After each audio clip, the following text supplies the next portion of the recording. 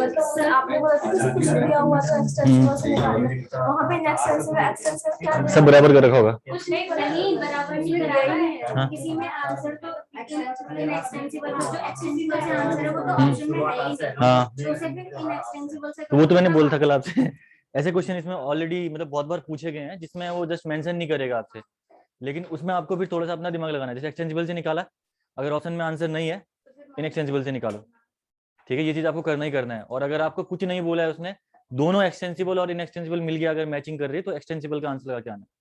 ये तो कल मैंने क्लास में बताया था, ऐसे क्वेश्चन आपके आएंगे इसमें प्रॉपर्ली मेंशन करता नहीं है एक्चुअली ना, इसमें प्रॉपर्ली मेंशन नहीं करता है बहुत से क्वेश्चनों में। ये ईएस में भी क्वेश्चन आपके जो आ रखे हैं प्रीवियस ईयर में, वहां पे भी इसका यही सीन है, वो प्रॉपर्ली मेंशन करेगा नहीं इसमें आपको कि करके बताइए इसको। आंसर ही मैच नहीं कर रहा, कौन सा? दोनों मैच नहीं कर रहे। हाँ हाँ हाँ, ऐसा हो रहा होगा, दोनों आंसर मैच नहीं करेंगे। अगर जहाँ पे दोनों करेंगे एक्सटेंसिबल लगा के आ जाना, बस सिंपल, और कुछ दिक्कत नहीं। हाँ, जहाँ पे दोनों ही होंगे एक्सटेंसिबल लगा देना।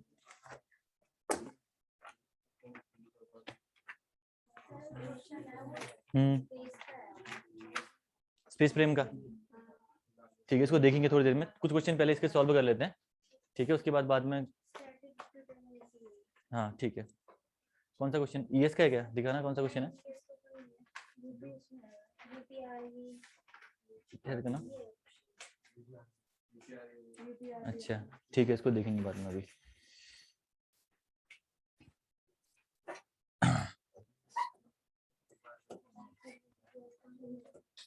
ठीक है, तो कल हमने यहाँ पे कर लिया था डी के, आपने ऑलमोस्ट सारे कंसेप्ट पढ़ लिए थे।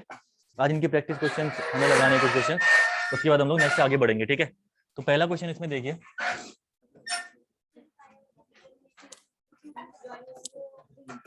काइनेमेटिक में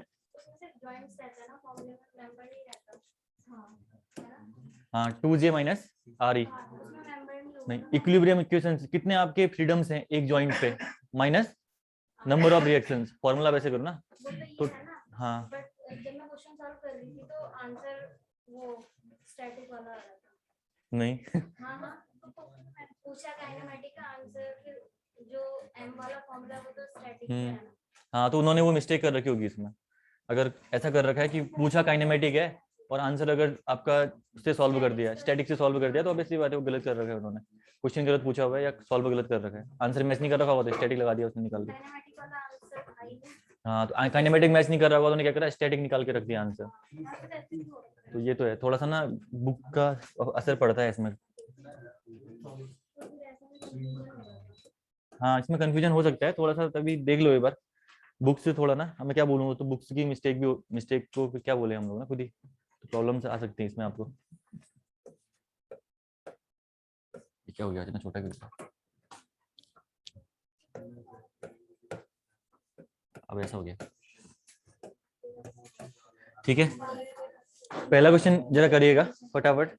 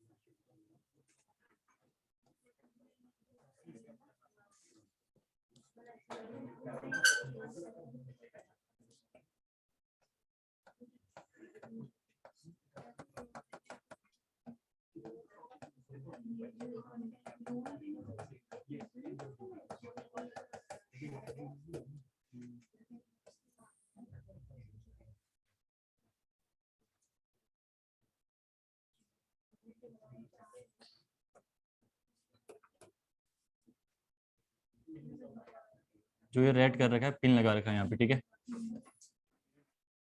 ये क्वेश्चन है फाइंड डी के।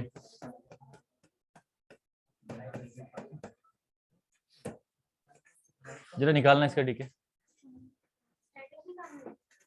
डी के फाइंड डी के।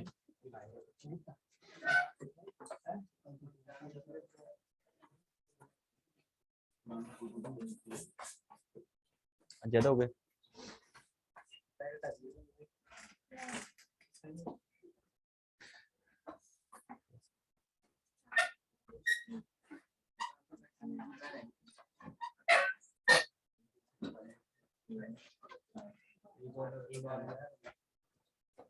पूरे फुल हो गए इसमें। और एक, अच्छा 16 आ रहे थे। दोनों फॉर्मूला, दोनों से करो एक बार, फॉर्मूले से भी ट्राई करो इसको। डायरेक्ट मेथड तो ज्यादा इजी पड़ेगी आपकी, ठीक है। एक्सटेंसिबल एक ही है, हाँ। कितना आ रहा? नहीं,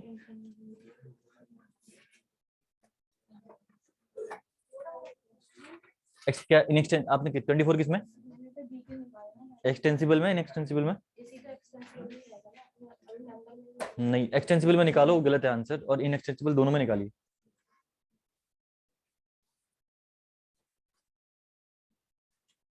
सिंपल है क्वेश्चन। हर जॉइंट में लिख लो ना, कितने कितने किस जॉइंट में फ्रीडम्स अवेलेबल है।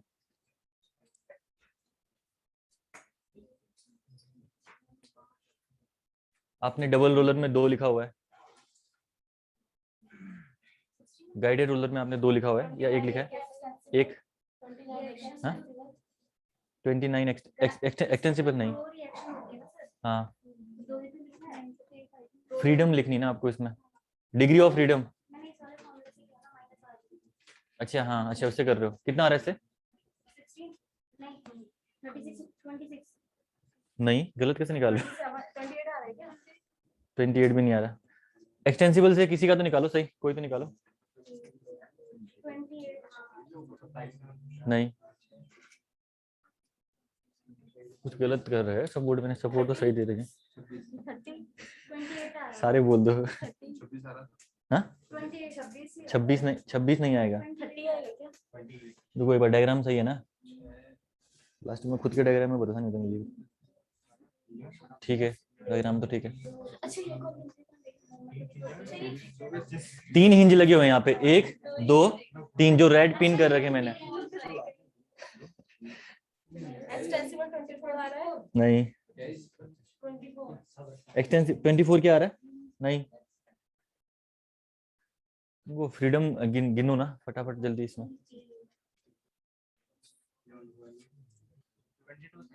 हाँ? सही है, 34 सही है, 34 सही है, जिसका 34 आया बहुत सही है। क्या हो रहा है आज ये? 34 सही है, ठीक है। देखो जरा इसमें क्वेश्चन सॉल्व करते हैं। डी के सबसे पहला काम तो सिंपल तरीके से करना है इसे, ठीक है।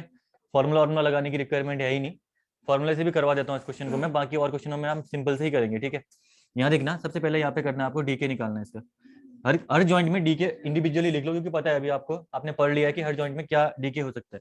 तो यहाँ पे डीके की वैल्यू आपकी होगी 0, ठीक है। अगर मैं बात करूँ डीके यहाँ पे, तो हिंज लगा रखा है तो 3 स्लोप आएंगे, 1 2 3, 3 मेंबर्स हैं, 3 slope, delta X delta Y.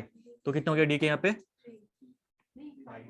5 हो जाएगा ना डीके यहाँ पे, ठीक है। Theta A, theta B, theta C, और लास्ट में delta X and delta Y, 5 हो गया।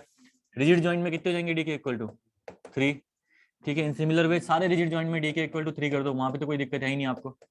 DK equal to 3। अब यहाँ पे देखो दूसरा वाला, ये जॉइंट आ गया पिन जॉइंट, 4 हो गया यहाँ पे डीके इक्वल टू, ठीक है। 2 slope, delta X delta Y. इसके बाद यहाँ पे आइए, 4 मेंबर्स हैं, हाँ, तो डीके इक्वल टू कितना हो जाएगा? 6, ठीक है। उसके बाद यहाँ पे डीके इक्वल टू 3, इतना इजी है, देखो कुछ है ही नहीं इसमें, डीके इक्वल टू 3। अब ये आया आपका हाँ, इस केस में आपका सिर्फ और सिर्फ रोटेशन पॉसिबल है, तो डीके इक्वल टू 1। इसमें रोटेशन भी पॉसिबल है और हाँ मूवमेंट भी पॉसिबल है, तो डीके इक्वल टू 2 आएगा इसमें। और इस वाले में आपका गाइडेड रूलर में सिर्फ और सिर्फ आपका एक्सियल मूवमेंट पॉसिबल है, तो डीके इक्वल टू 1 आ गया। तो डीके व्हेन एक्सटेंसिबल जब आप निकालेंगे, डीके व्हेन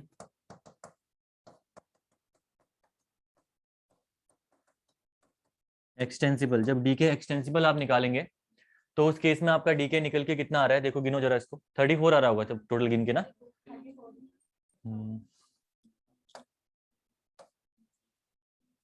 34,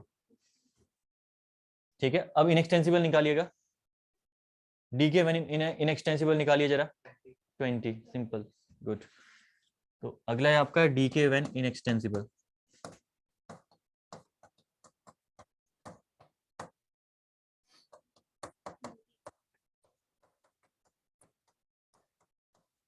डी के वैन इनएक्सटेंसिबल जब आप निकालेंगे यहाँ पे, तो ये हो जाएगा आपका 34 माइनस एनआर। एनआर आपके हैं नंबर ऑफ मेंबर्स, तो 34 माइनस जितने मेंबर्स हैं टोटल आप काउंट कर लीजिए, 14 मेंबर्स यहाँ पे होंगे, ठीक है, 14, तो ये हो जाएगा आपका 20 इज द आंसर। ठीक है, तो ना सिंपल क्वेश्चन है, इनमें कोई दिक्कत नहीं आएगी आपको।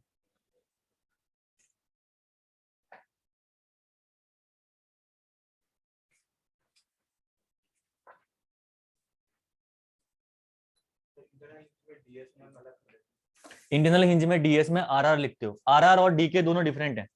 आरआर आपका निकलेगा समेशन ऑफ m माइनस 1 से, m डैश माइनस 1 से, और डी के आपका निकलता है फ्रीडम कितनी पॉसिबल है वहां पे, उससे निकलता है डी के, जिसके लिए हमने अलग से पढ़ा। तो यहाँ पे फ्रीडम आपकी हर जॉइंट में अलग स्लोप और डेल्टा एक्स डेल्टा वाई, ये थोड़ा सा ये डिफरेंस है, ध्यान रखना। हाँ, रिएक्शन रिलीजेस की अगर हम बात करें तो यहाँ पे आपका 3 माइनस 1 2, अगर आपको फॉर्मूले से करना है इसको तो फॉर्मूले से करते हैं, आरआर वाले से भी आओ कंसेप्ट। ठीक है, इसका फॉर्मूला देखो, मैं डायरेक्ट इनएक्सटेंसिबल निकाल रहा हूँ, ठीक है, मैं डायरेक्ट इनएक्सटेंसिबल निकाल रहा हूँ। यहाँ पे सेकेंड अप्रोच देखिए इसका, सेकेंड अप्रोच, ठीक है, इसमें फॉर्मूला जरा मुझे बताना।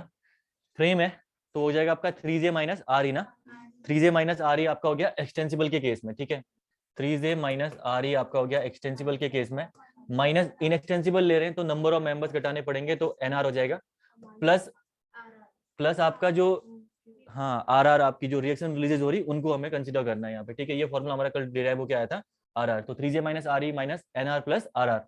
तो यहाँ पे जॉइंट कितने जरा मुझे बताना, यहाँ पे 3 इंटू 12 जॉइंट है, माइनस आर ई की अगर हम बात करें तो आर ई आपकी 3 2 5 6 2 8, ठीक है, 8 आपकी यहाँ पे आर ई है, एनआर आपके 14 अब भी गिने आपने यहाँ पे, प्लस रिएक्शन रिलीजेस देखिए। अब रिएक्शन रिलीजेस की अगर मैं बात करूं तो रिएक्शन रिलीजेस आपकी कितनी है, यहाँ पे देखिए, इस यहाँ पे रिएक्शन रिलीजेस आरआर की अगर मैं बात करूं 2 है इस केस में, ठीक है, आरआर यहाँ पे 2 है, इस केस में आरआर कितनी हो जाएंगी आपकी 3, इस केस में आरआर कितनी हो जाएगी आपकी 1, तो टोटल आपकी हो गई 3 2 5 और 1 6, तो 6 आपकी आरआर हो गई। तो आंसर जरा बताना पड़ते हैं, 36 42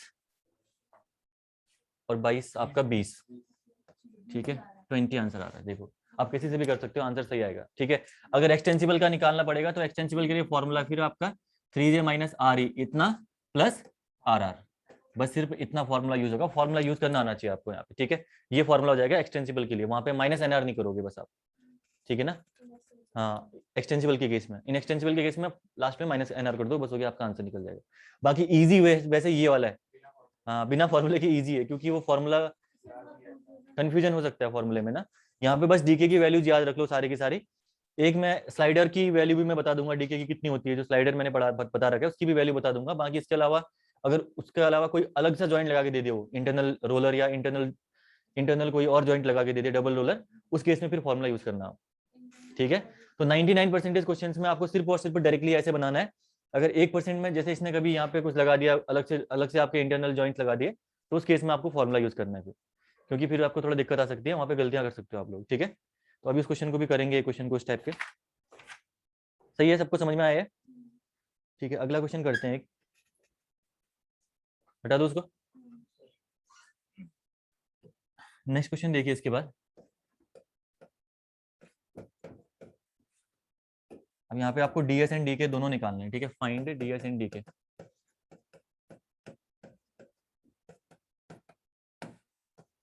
ठीक है, फाइंड डीएस एंड डीके। इस क्वेश्चन में आपका 1 2 3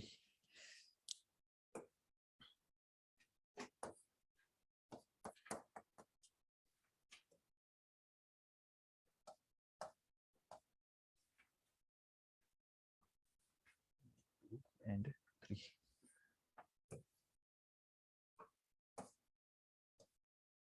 ठीक है। फ्रेम में इनसे डिफिकल्ट क्वेश्चन नहीं आएगा, आप प्रीवियस ईयर भी खोलना, यही बन जाएंगे इनसे। यहाँ पे ये कर्व है, ठीक है, उसके बाद मेंबर्स आपके स्ट्रेट है यहाँ से,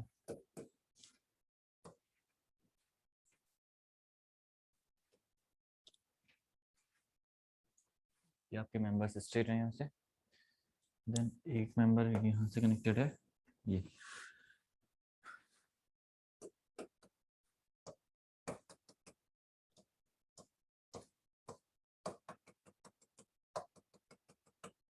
इसका आपको डीएस और डीके दोनों निकालना है इस क्वेश्चन में। इंटरनल हिंज की अगर मैं बात करूं तो यहाँ पे इंटरनल हिंज कोई भी नहीं लगा रखा है,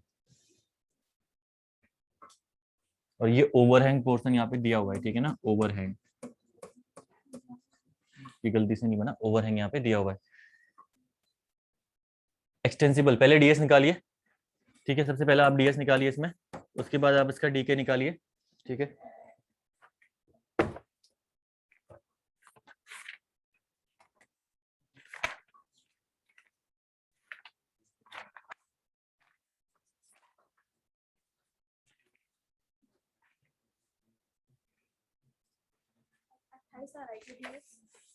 डीएस, डीएस है डीके नहीं, डीके भी 28 नहीं आ रहा। सारे जॉइंट में एक बार लिख लो ना, पर्टिकुलरली जॉइंट में लिख लो, फिर काउंट करो एक बार, तो इजी पड़ेगा उससे आपको।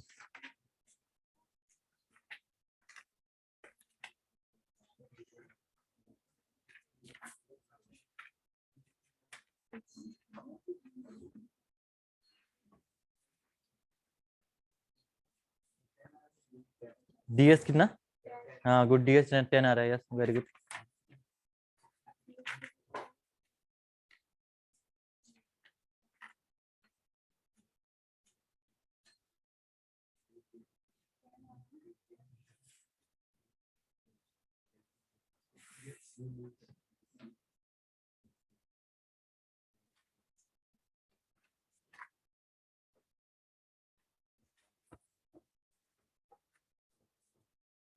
डीएस 10 आ रहा है, ठीक है, बाकी और निकालिए, डीके भी निकालिए।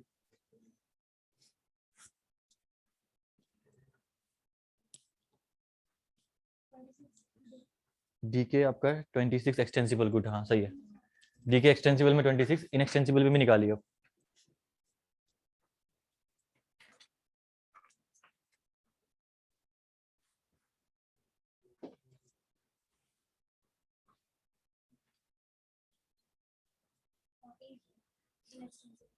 हाँ सही है, गुड, निकल गया, ठीक है, 14 इसका आंसर है, बहुत बढ़िया। और भी निकालिए सभी, 14 ना, हाँ गुड, सही है।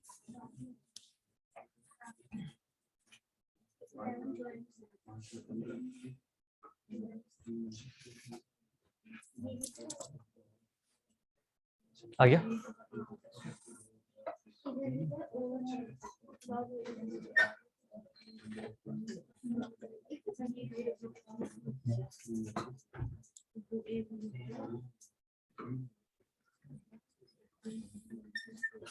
आ गया नहीं?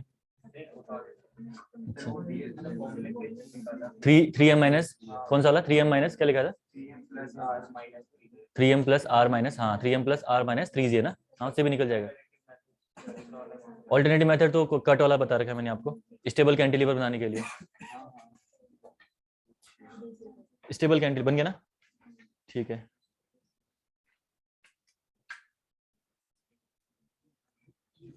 इजी क्वेश्चंस हैं, कोई दिक्कत नहीं है इसमें, ठीक है, बहुत इजी। देखिए अब यहाँ पे सबसे पहला डीएस निकालने के लिए दो मेथड बता रखे हैं, एक तो 3m plus are minus 3j, दूसरा हम लोग कट वाली मेथड हम अप्लाई करेंगे क्योंकि वो इजी है ज्यादा आपकी, ठीक है। तो यहाँ पे देखिए सबसे पहला कट लगाने के लिए मैंने आपको बोलता आपको क्या करना है, सपोर्ट्स देखने, 3 सपोर्ट्स यहाँ पे अवेलेबल है, तो 3 आपके कैंटिलीवर बन के आएंगे, मेंबर्स कोई जमीन पे नहीं गिरना चाहिए, ठीक है। तो यहाँ पे देखिए एक कट तो ये लग गया, एक कट ये लग गया, जिससे कि ये लूप आपका क्लोज वाला खुल गया, ठीक है। इसके बाद एक कट यहाँ टॉप पे लगाइए, एक कट यहाँ टॉप पे लगाइए, तो 4 कट यहाँ पे लग गए आपके, ठीक है, कैंटिलीवर बनाने के लिए। तो ये हो जाएगा आपका 3c माइनस अननेसेसरी जो एडिशन आपके, हाँ आर आपकी, आर नहीं बोलोगे उनको आप बोल सकते हो, हाँ आर भी, हाँ number of reactions unnecessarily added to make a stable cantilever, ठीक है। तो इससे क्या हो जाएगा आपका, ये डीएस इक्वल टू जब आप निकालेंगे तो ये जाएगा आपका 3 इंटू आपका हो जाएगा 4 माइनस, अब देखिए रिएक्शन जो आपकी घटेंगी, एक तो रिएक्शन यहाँ पे घटेगी, क्योंकि यहाँ पे आपने एक फालतू जोड़ी, मोमेंट जोड़ा आपने, एक रिएक्शन आपने यहाँ पे जोड़ी, मोमेंट और वर्टिकल रिएक्शन थी, हॉरिजॉन्टल रिएक्शन जोड़ी तो फिक्स बन गया वो, ठीक है।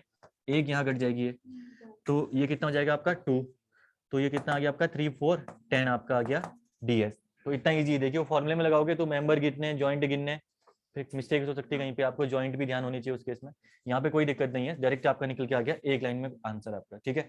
ये हो गया आपका ds in case of the frame, ठीक है। टोटल इंडिटरमिनेसी इसकी निकल के आ गई इस केस में। इसके बाद अगर मैं इसी की आपसे पूछता, अगर इसी की मैं आपसे पूछता कि इंटरनल इंडिटरमिनेसी बताइए तो कितना होती, कितनी? अगर मैं इसके आपसे बोलता कि इंटरनल इंडिटरमिनेसी बताइए, अभी तो टोटल निकाल दी ना आपने, इंटरनल बताइए बोलता तो इंटरनल कितनी होती, जरा सोचना इसमें। 4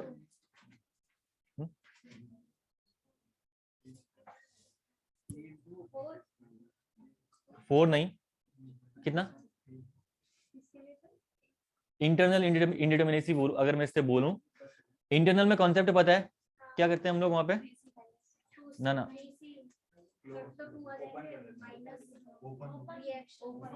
फ्रेम का मैंने बता रखा आपको, ओपन लूप ओपन होना चाहिए ना, उसके लिए कितने कट की रिक्वायरमेंट पड़ेगी? 2 कट की रिक्वायरमेंट पड़ेगी, वहां पे आपको घटाना जोड़ना कुछ नहीं है, ठीक है। अगर आपने सिर्फ ये 2 कट लगा दिए तो आपका ये लूप पूरा का पूरा ओपन हो गया। और इस टाइप का स्ट्रक्चर आपने क्या पढ़ा था, ऐसा स्ट्रक्चर आपने पढ़ा था कि अगर ये स्ट्रक्चर है पूरा ओपन हो गया तो इसका मतलब ये स्ट्रक्चर आपका डिटर्मिनेट स्ट्रक्चर है, ठीक है। इसके बारे में हमने पढ़ा था ना, open structure like tree is always internally determinate, ठीक है।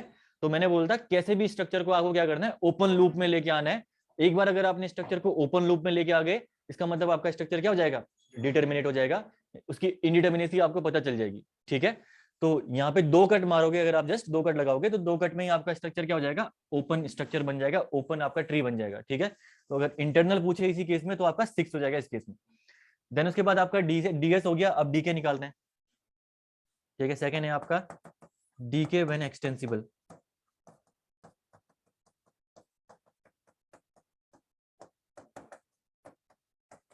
डीके व्हेन एक्सटेंसिबल, जब मेंबर्स आपके एक्सटेंसिबल है तब डीके आप निकालेंगे। तो हर जॉइंट में लिखना है अगेन वही, D K equal to 0 fix support है, रिजिड जॉइंट में डीके इक्वल टू 3, सारे रिजिड जॉइंट में 3। अब पहली बात है जॉइंट पहचानने, ठीक है। अब वो कॉन्सेप्ट मैंने लिखा रखा है कि जहां पे आपका कॉन्फ़िगरेशन चेंज होंगे वहां पे आपका एक जॉइंट होता है, ठीक है। तो इस केस में देखिए एक कर्व मेंबर आपका स्टेट मेंबर के साथ कनेक्टेड है, तो ये 2 जॉइंट यहाँ पे होंगे, एक जॉइंट ये, एक जॉइंट ये कॉन्सेप्ट हमने लिखा हुआ है। तो गलती यहाँ पे यही हो सकती थी कि जॉइंट पहचानने में मिस्टेक। तो डी के इक्वल टू 3, यहाँ पे भी डी के इक्वल टू 3, इस केस में भी डी के इक्वल टू 3, ठीक है। यहाँ टॉप में डी के इक्वल टू 3, ठीक है। और ये पूरा एक ही मेंबर है, हाँ ये पूरा एक ही मेंबर है। यहाँ पे डी के इक्वल टू 3 मत लिख देना टॉप में, यहाँ पे 2 मेंबर कनेक्टेड है आपस में। यहाँ पे डी के इक्वल टू 3, ठीक है, डी के इक्वल टू 3, यहाँ पे फ्री एंड दूसरा कॉन्सेप्ट लिखा था मैंने, ठीक है। फ्री एंड भी आपका कैंटिलीवर है क्योंकि क्रॉस सेक्शनल एरिया चेंज होता है यहाँ पे। तो डी के इक्वल टू 3, ठीक है। इसके बाद आपका ये पॉइंट है आपका डी के इक्वल टू 3। अब जरा यहाँ पे आइए, हिंज सपोर्ट में डी के इक्वल टू 1, ठीक है। और आपका डबल रोलर के केस में आपका डी के इक्वल टू अगेन 1। बस टोटल अगर आप इसमें काउंट करेंगे तो टोटल कितना आया 26, ठीक है। 26 आपका टोटल निकल के आ गया। देन उसके बाद व्हेन डीके व्हेन इनएक्सटेंसिबल,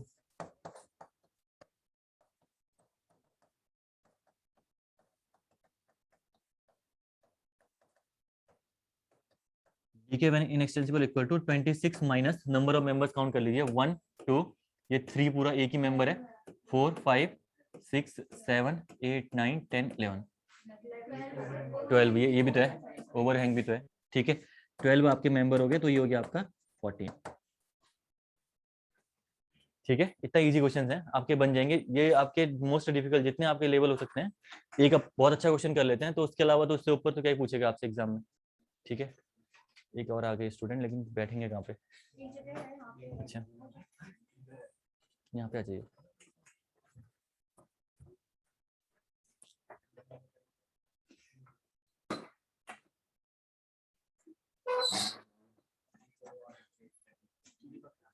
अभी एक नहीं आ रखा है ना, और एक अभी नहीं आया, उसको रखा शायद अभी उसको अगर वो भी आ जाएगा तो फिर जगह होगी नहीं यहाँ पे, तो पॉसिबल ही नहीं है। हाँ, कम बच्चे हैं वहाँ पे, बोलना पड़ेगा इनको।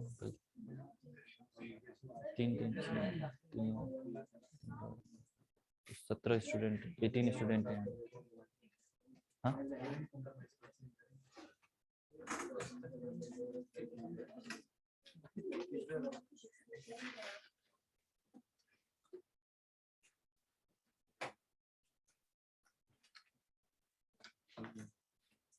आगे बढ़े, क्वेश्चन था कोई, हो गया ना ये, हटा दूं? ये वाले फॉर्मूले से निकालना है इसको, किसको? 3m plus are minus 3j, इससे निकालना है। आपने निकालना, उसी से निकाला ना, उन्होंने निकाल रखा है इसी से। इससे आपको करना है 3m, फॉर्मूला क्या है? 3m plus R, number of unknowns minus equilibrium equations ना 3j। आर की रिक्वायरमेंट यहाँ पे पड़ेगी नहीं, क्योंकि कोई भी इंटरनल रेंज आपने यहाँ पे नहीं लगा रखा है, ठीक है। तो ds इक्वल टू जब आप निकालेंगे टोटल यहाँ पे, तो 3 इंटू मेंबर्स कितने हमने काउंट करे? 12 मेंबर्स हमने काउंट कर रखे हैं। रिएक्शंस की अगर मैं बात करूँ, 3 2 5 7 7 आपकी रिएक्शंस है यहाँ पे, माइनस 3 इंटू ज्वाइंट 11 ज्वाइंट है आपके यहाँ पे, तो ये निकल गया आपका कितना, इतना ही आ रहा होगा 26 ना, 10 आपका निकल के आ रहा होगा। ये ज्वाइंट आपने गलत काउंट कर लिए होंगे, ज्वाइंट आपको, हाँ 11 ज्वाइंट है, 1 2 3 4 5 6 7 8 9 10 11। क्या? हाँ मेंबर्स गलत काउंट होंगे, बाकी फॉर्मूले सेम ही होंगे, सही आंसर आएगा सभी से। ठीक है, एक क्वेश्चन और करते हैं इससे, काफी अच्छा क्वेश्चन है वो, हटा दो इसे। नेक्स्ट क्वेश्चन देखिए इसके बाद। अब इस क्वेश्चन को आपको फॉर्मूले से भी सॉल्व करना है, ठीक है, और आपको बिना फॉर्मूले के भी इसको सॉल्व करके बताना है। एक क्वेश्चन, रुको एक क्वेश्चन लिखिए पहले, इसमें इससे पहले एक और क्वेश्चन है, अच्छा ईएस में आया हुआ क्वेश्चन है। क्वेश्चन लिखना, considering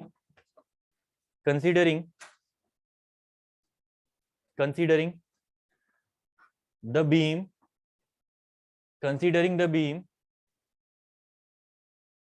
as axially rigid,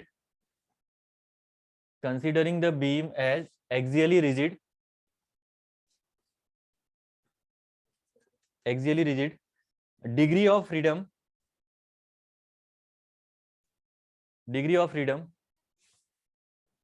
for the plane frame,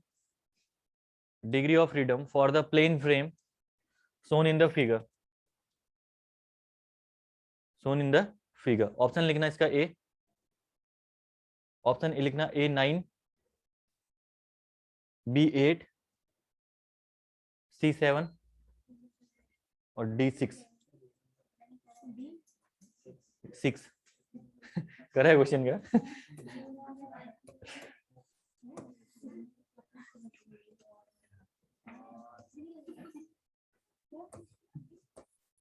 ये लो, ये क्वेश्चन है आपका।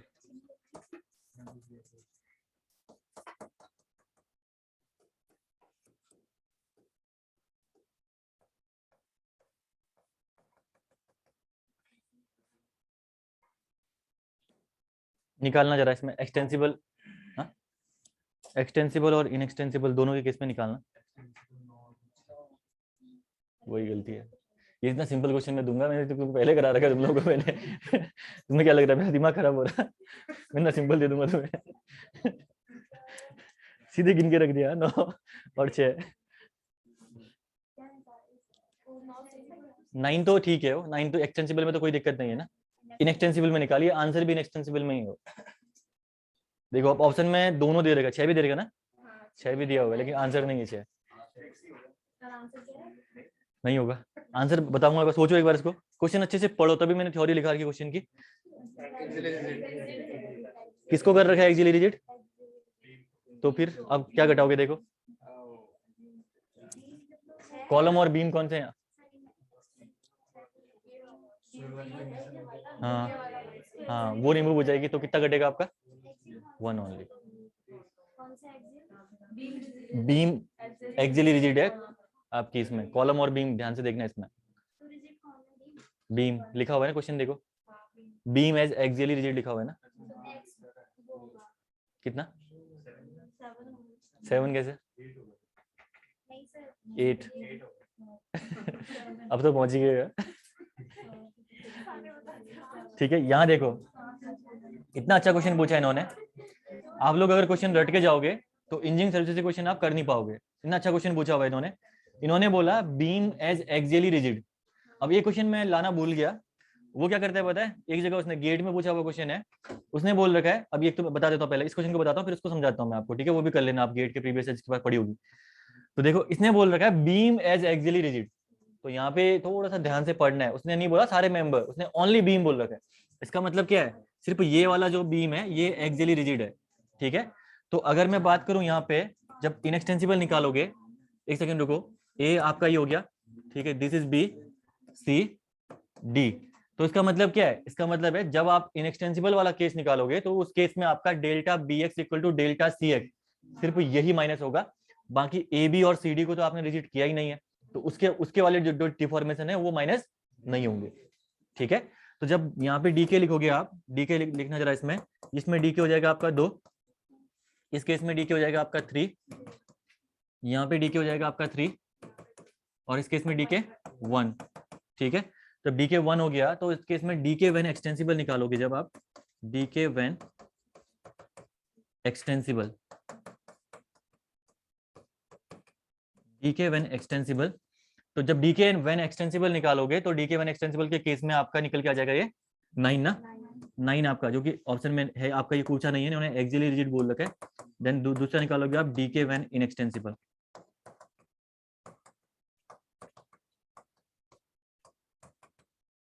तो इनएक्सटेंसिबल के केस में 9 माइनस सिर्फ और सिर्फ एक घटेगा, delta B X equal to delta C X वाला, ठीक है। तो 9 माइनस 1 इक्वल टू आपका आ गया ये 8, ये इसका आंसर है, ठीक है। तो इजी क्वेश्चन है, लेकिन क्वेश्चन उन्होंने अच्छे से पढ़ लेना, क्योंकि सारे क्वेश्चन सेम नहीं देगा। अब दूसरा कॉन्सेप्ट बताता हूं आपको।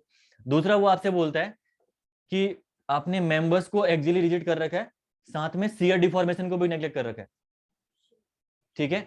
इसका मतलब सिर्फ और सिर्फ फ्रीडम क्या बची है आपकी, सिर्फ और सिर्फ फ्रीडम क्या बची है आपकी, बेंडिंग मूवमेंट बोली, फ्रीडम बेंडिंग मूवमेंट है, हाँ मतलब थीटा, थीटा, थीटा आपकी सिर्फ और सिर्फ फ्रीडम बची। तो इस केस में क्या करना है, अगर उसने एग्जाम में आपसे बोल दिया कि ये एक्सियली रिजिड कर रखा है हमने और शियर डिफॉर्मेशन को भी नेग्लेक्ट कर रखा है, तो जितने जॉइंट में सिर्फ थीटा होंगे वही थीटा काउंट कर लेना, वही उसकी क्या होगी, डिग्री ऑफ फ्रीडम होगी। उस केस में सारे डेल्टा एक्स और डेल्टा वाई सब नेग्लेक्ट हो जाएंगे उस केस में, ठीक है। तो ऐसे इन्होंने क्वेश्चन पूछे हुए हैं एग्जाम में, बाकी इससे ज्यादा टफ क्वेश्चन तो क्या ही पूछेगा, ठीक है। अच्छा क्वेश्चन है लेकिन ये वाला। एक क्वेश्चन और करते हैं, काफी बेहतरीन क्वेश्चन है भी।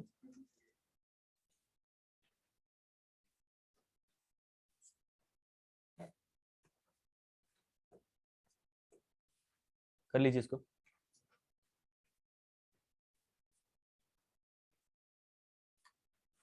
नेक्स्ट क्वेश्चन कर दूं, हो गया सबका, हो गया ना।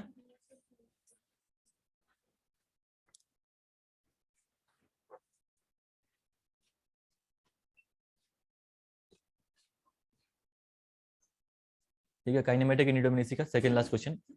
एक क्वेश्चन तब तक सिंपल कर लो, इसको करने तक चलो। एक बीम का क्वेश्चन था,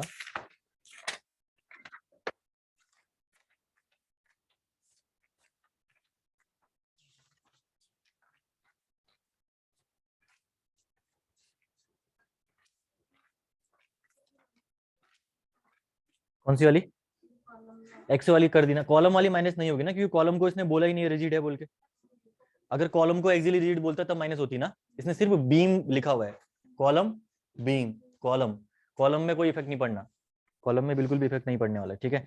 देखो क्वेश्चन कंफ्यूज मत होना, कॉन्सेप्ट सेम ही लगने वाले हैं। जैसे अगर कभी आपको ये क्वेश्चन दे दे, इस टाइप से क्वेश्चन, ठीक है, अगर कोई ये बीम है,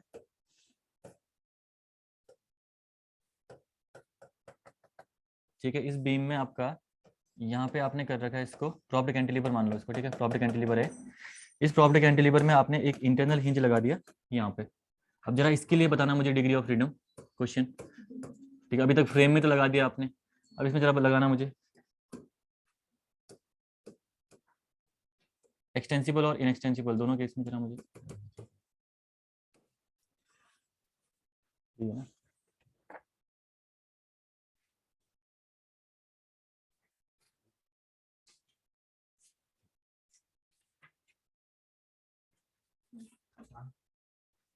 हम्म, 5 और 3 सिंपल, ठीक है। अगर एक्सटेंसिबल के केस में पूछे यहाँ पे, तो कॉन्सेप्ट मैंने आपको बोला था इंटरनल हिंज का मैं फ्रेम में पढ़ाऊंगा, लेकिन बीम में उसका कॉन्सेप्ट डिफरेंट नहीं होगा, ठीक है, सेम कॉन्सेप्ट रहने वाला है बीम में भी।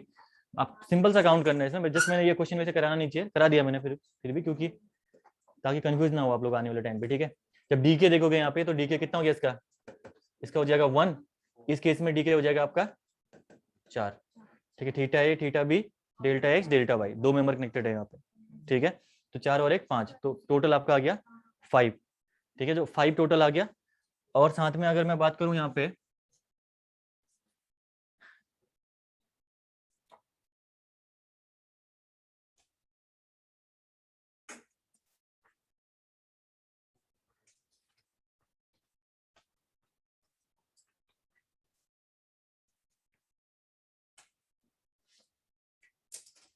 ठीक है, ये क्वेश्चन वैसे इन्होंने फ्लेक्सिबल के तौर पे पूछा हुआ है, ठीक है, कंसीडरिंग फ्लेक्सिबल पूछा हुआ है, ठीक है। हाँ, फ्लेक्सिबल मतलब इसका मतलब क्या है कि आपने अलाउ कर रखा है, आपने एक्सियली रिजिड नहीं किया हुआ है उसे, ठीक है। तो कंसीडरिंग फ्लेक्सिबल मतलब क्या होता है कि उन्होंने क्या करा है, कंसीडरिंग फ्लेक्सिबल, ठीक है, डी के कंसीडरिंग द बीम फ्लेक्सिबल,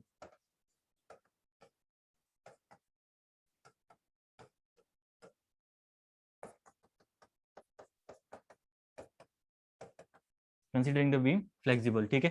तो डी के इक्वल हो जाएगा यहाँ पे आपका 5, ठीक है। अगर यहाँ पे इनएक्सटेंसिबल होगा तो उस केस में आपको देखो थोड़ा सोचना पड़ सकता है यहाँ पे, मे भी मेरे को लगता है, ठीक है। जरा यहाँ पे बताना, डी के आपका इस केस में डी के ये कौन सा है, स्लोप है ना, इस वाले केस में स्लोप है, तो थीटा अगर मैं बात करूँ इसकी ए, ये हो जाएगा बी, तो ये जाएगा थीटा बी, ठीक है। यहाँ पे अगर यहाँ पे हम देखें तो यहाँ पे क्या हो जाएगा आपका delta X delta Y theta A theta B, ठीक है। अगर मैं यहाँ पे इनएक्सटेंसिबल का केस कभी बोले अगर आपसे कि इनएक्सटेंसिबल है मेंबर, तो जरा सोचना इसका आंसर कितना आएगा उसके बाद, कितना होगा इसका आंसर उसके बाद अगर इनएक्सटेंसिबल का केस हो ये तो। अभी तो एक्सटेंसिबल का था, तो 5 क्वेश्चन में भी वही पूछा उसने, हाँ। इस केस में आपका हो जाएगा 4, 3 नहीं होगा वो, ठीक है। कैसे 4 और 1 सिर्फ डेल्टा एक्स माइनस होगा इस केस में, ठीक है। यहाँ पे नंबर ऑफ मेंबर्स आपके वाला कंसेप्ट नहीं लगेगा कि 2 अगर काउंट कर दोगे तो गलत जाएगा आंसर आपका, ठीक है। तो कभी कभी ये चीजें एक्सेप्शन आपको देखने हैं, जैसे कल 2 क्वेश्चन मैंने करवाए थे आपको इस टाइप के, तो इन टाइप में भी देखना, छोटे क्वेश्चन आए तो छोटे क्वेश्चन में लिख लेना कौन कौन से आपके इसमें फ्रीडम्स हैं। एक बार फ्रीडम लिख लोगे तो समझ जाओगे कि कौन सा फ्रीडम आपका एक्सियली रिजिड करने से आपका हट जाएगा, ठीक है। अब ऑब्वियसली बात है, अगर आपने इसको एक्सियली रिजिड कर रखा है, यानी ये रिजिडिटी आपने दे रखी है इसमें ये वाली, तो इसका मतलब क्या है, डेल्टा वाई को तो आप रोक नहीं पाओगे ना, डेल्टा वाई तो होगा ही होगा उसमें, ठीक है। जब बीम में डिफ्लेक्शन आएगा, ठीक है, इस सपोर्ट में जब डिफ्लेक्शन आएगा तो आपके ये बीम यहाँ से डिफ्लेक्ट करेगी करेगी नीचे की ओर, उसको रोक नहीं सकते हो आप लोग बिल्कुल भी, ठीक है। लेकिन डेल्टा एक्स वाला डिफॉर्मेशन है वो आपका रुक जाएगा अगर आपका एक्सियली रिजिड कर रखा है आपने स्ट्रक्चर को, ठीक है। तो इस वजह से इसका आंसर हो जाएगा आपका 1 2 3 एंड 4, ठीक है। तो इनएक्सटेंसिबल के केस में कितना हो जाएगा इसका आंसर 4, तो ये थोड़ा सा ध्यान रखना हाँ, मेंबर तो 2 हैं इसमें ऑब्वियसली बात है, लेकिन 3 नहीं होगा आंसर इसका, आपको वही चीज है। हाँ, मेंबर वाला कॉन्सेप्ट है आपका लगेगा 99% केसेस में, लेकिन 1% केस में नहीं लग सकता है। और एग्जाम में ध्यान रखना, जैसे कल 2 क्वेश्चन आपने करे थे वहां पे नहीं लगा था वो कॉन्सेप्ट, एक तो आपका कौन सा, जब आपने काउंटर ब्रेसिंग लगा रखी थी, ठीक है। और एक आपका क्वेश्चन आया था जिसमें एक बीम मैंने दी थी, फ्रेम टाइप का दिया था मैंने, उसमें बोलता लगाइए, उसमें भी नहीं लगा। सेम इस क्वेश्चन पे भी नहीं लग रहा क्वेश्चन कॉन्सेप्ट। अगर यहाँ पे रोलर होता तो लग जाता, रोलर होता तो कैसे लगता आपका, हाँ, फिर लग जाता आपका, ठीक है। रोलर होता तो लग जाता, उसके बाद आपका रोलर होने में आपका डेल्टा एक्स से और आ जाता, तो वो वाली डिफॉर्मेशन भी आपकी नेगलेक्ट हो जाती है उसके बाद, ठीक है।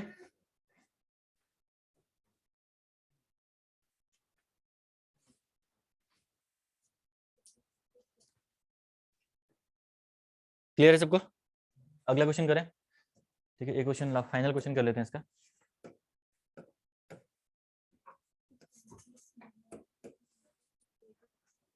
दोनों डीएस और डीके निकालना है इसका, फाइंड डीएस एंड डीके, ठीक है।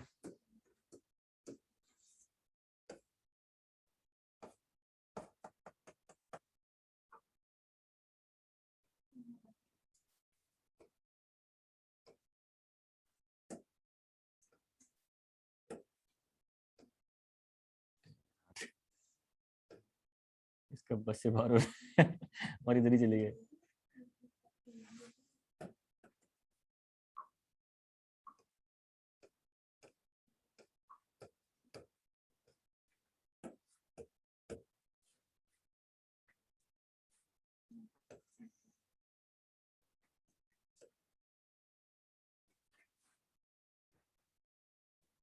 हिंज हिंज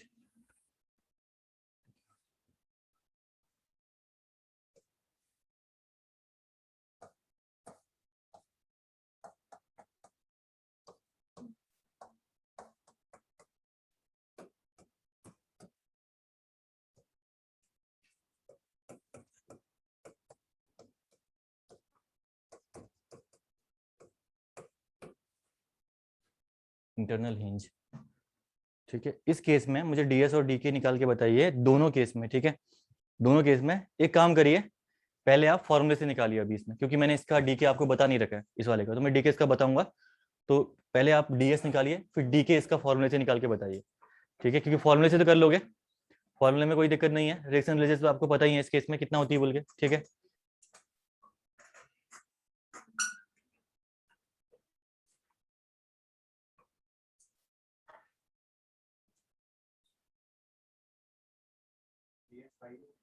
डीएस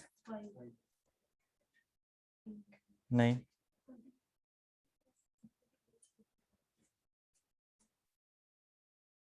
पहले डीएस निकालिए फिर डी के फॉर्मूले से जरा निकालना। फॉर्मूले से निकालते पहले जो हमने पढ़ रखा है, फिर मैं आपको बिना फॉर्मूले से भी इस टाइप का क्वेश्चन करना बताता हूँ। ये आपका डबल रोलर है। हाँ, इंटरनल रोलर है आपका यहाँ। ये स्लाइडर भी बोल सकते हो इसको आप, हॉरिजॉन्टल लगा दिया स्लाइडर आपने।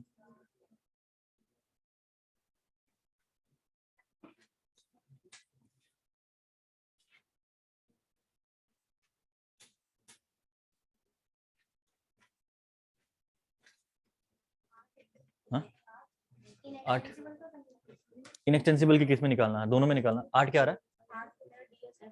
नहीं, डीएस 8 नहीं आएगा, कम आ रहा है डीएस तो। सब कितने कैंटिलीवर बनाए इसमें आपने? अच्छा, फॉर्मूले से निकाल लगा। कौन सा फॉर्मूला? 3m माइनस, हाँ उससे भी निकलना चाहिए वैसे तो। रिएक्शंस कितनी कितनी कंसीडर करी? 7 रिएक्शन, 3m निकलना तो चाहिए उससे भी। 3m 1 2 3 4 5 6 7 मेंबर्स हैं। हाँ हाँ, जहाँ पे हिंज है, जहाँ पे ये रोलर लगे हुए हैं, सारे के सारे मेंबर आपको 2 काउंट करने हैं, ज्वाइंट काउंट करना है उसे। मतलब 3m 7 21 प्लस RE 27 8 28।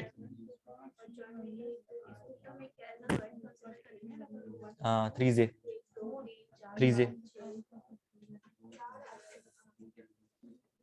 24।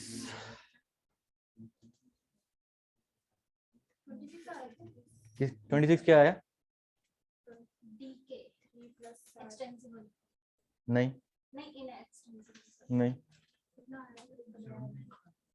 कितना? 17 17 भी नहीं आ रहा है। नहीं,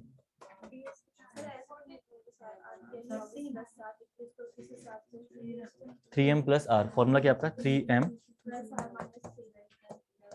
माइनस 3J ना। 1 2 3 4 5 6 7 मेंबर्स हैं। 7 21 प्लस RE। रिएक्शन रिलीजेस कौन घटाएगा इसमें? रिएक्शन RR भी तो घटाओगे। हाँ, इसमें RR भी तो घटाओगे ना इसमें। हिंज भी है, और उसके अलावा एक और है ऊपर देखो, -1 कर दिया आपने हिंज में, उसके अलावा एक और है डबल उधर में 1। हाँ हाँ, DS2 आ रहा है। गुड, DS2 आ रहा है।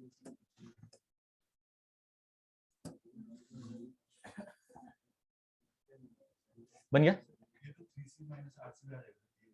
DS आपका 3C माइनस, हाँ उससे आ जाएगा, ऑब्वियस सी बात है। 3m माइनस ये कर रहे हैं, इससे तो मैंने इनको बता दिया। हाँ हाँ, 3C माइनस RE से आ जाएगा। वो कहीं भी अप्लाई, फ्रेम में आपका कहीं पे भी अप्लाई होगा फॉर्मूला। वो ऐसा नहीं है कि कहीं पे एक जगह के लिए। अभी देखो मैं उसी से निकालूंगा, ये लोगों ने कर रखा है इन्होंने। ठीक है, सबसे पहले आपका DS निकल गया है। ठीक है, पहला है आपका DS। 4 नहीं आएगा, आएगा ही नहीं 4। किससे निकाला आपने? 3m वाले से, फॉर्मूले से। लास्ट में RR घटा दिया। ठीक है, फाइंड DS। DS अगर आप निकालेंगे, ठीक है, सॉरी, तो DM निकालने के लिए देखिए, DS निकालने के लिए कट कैंटिलीवर बनाइए, सीधे सीधे कैंटिलीवर बना दीजिए। कैंटिलीवर बनाने के लिए सबसे पहले सपोर्ट देखिए, 1 2 3, ये आपका इंटरनल जॉइंट है, ये भी इंटरनल जॉइंट है, सपोर्ट नहीं है। कोई कोई इसको सपोर्ट कंसीडर मत करना कि यहाँ पे 2 कट मार दिए एक कैंटिलीवर बन गया, ठीक है, वो ज्वाइंट है आपका। तो अगर मैं बात करूं यहाँ पे तो 3 कैंटिलीवर आपके बनने वाले हैं और जमीन में कोई एलिमेंट नहीं गिरना चाहिए, तो एक कट ये बन गया, सेपरेट कैंटिलीवर बन गया। एक कट आप कहीं भी मार दीजिए, यहाँ पे मार दीजिए कट, तो ये कट अगर आपने लगा दिया तो अब देखिए 3 कैंटिलीवर आपके सेपरेट बन गए, कोई भी एलिमेंट आपका जमीन में नहीं गिरा है, आप देख सकते हो यहाँ पे, ठीक है। तो अब देखिए ये कितना हो गया आपका 3 इंटू सी यानी 3 इंटू 2 माइनस रिएक्शन रिलीजेस, ठीक है, जो आपसे रिएक्शन आपकी रिलीज हो रही है, अननेसेसरी रिएक्शन आपने ऐड कर रखी है ये वाली, और जो रिएक्शन रिलीज हो रही उनको घटा दीजिए। तो यहाँ पे आपकी रिएक्शन कौन सी, -1, यहाँ पे भी -1, ठीक है, -1 अब देखिए ये इंटरनल स्लाइडर जो आपने हॉरिजॉन्टली प्लेस कर रखा है, इसके लिए रिएक्शन मैंने आपको बता रखी है ऑलरेडी। सिर्फ एक्सियल फोर्स आपका क्या होगा, यहाँ पे एक्सियल आपका 0 हो जाएगा, तो रिएक्शन कितनी रिलीज होगी, सिर्फ और सिर्फ 1, तो आर इसकी हो जाएगी 1। अगर मैं इसकी बात करूं तो यहाँ पे भी आर कितनी हो जाएगी 1, ठीक है, तो -1 कर दिया था मैंने, चलो इसको भी हटा देता हूं।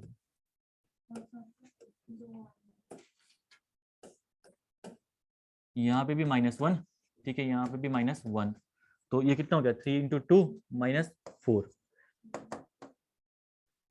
2 आपकी डीएस निकल के आ गई। देखिए फॉर्म डीके आपकी आ रही 16 नहीं आ रही डीके, ठीक है, जरा डीके निकालो फटाफट, चलो सेकंड डीके 3 आ रही नहीं, कम आ रही ज्यादा ज्यादा ही कम आ गई तुम्हारी नहीं, तुमने सारे आंसर बता दिए, मतलब 100 नंबर तक के सारे आंसर। फाइंड डीके में फॉर्मूला पहले लगाइए। यहाँ पे मैंने बोला था अगर कभी ऐसे रोलर दे दे, इंटरनल हिंज देता तब तो कोई दिक्कत नहीं है, अगर ऐसे रोलर दे दे तो कंफ्यूजन से बचने के लिए आप एक काम करिए, फॉर्मूले से निकालिए सीधे डायरेक्टली, उससे आपका आंसर क्या आएगा, एग्जैक्ट आएगा, ठीक है। तो सीखना दोनों से है, अप्लाई कौन सा कहाँ पे करना है वो आपको ध्यान रखना है, ठीक है। फॉर्मूला आपका इसका क्या होता है 3m माइनस 3m 14 क्या नहीं, थोड़ा सा आसपास पहुंचे हो, 14 नहीं है लेकिन 16 नहीं, रुको देखो यहाँ पे 3m माइनस आर ई ना, minus R E minus N R plus R R, 17 भी नहीं आ रहा,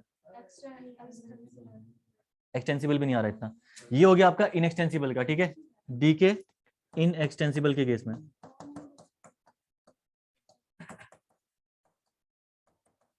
अगर आपसे बोले डी के एक्सटेंसिबल, यहाँ पे यहीं पे लिखता हूं मैं 3, डी के व्हेन एक्सटेंसिबल,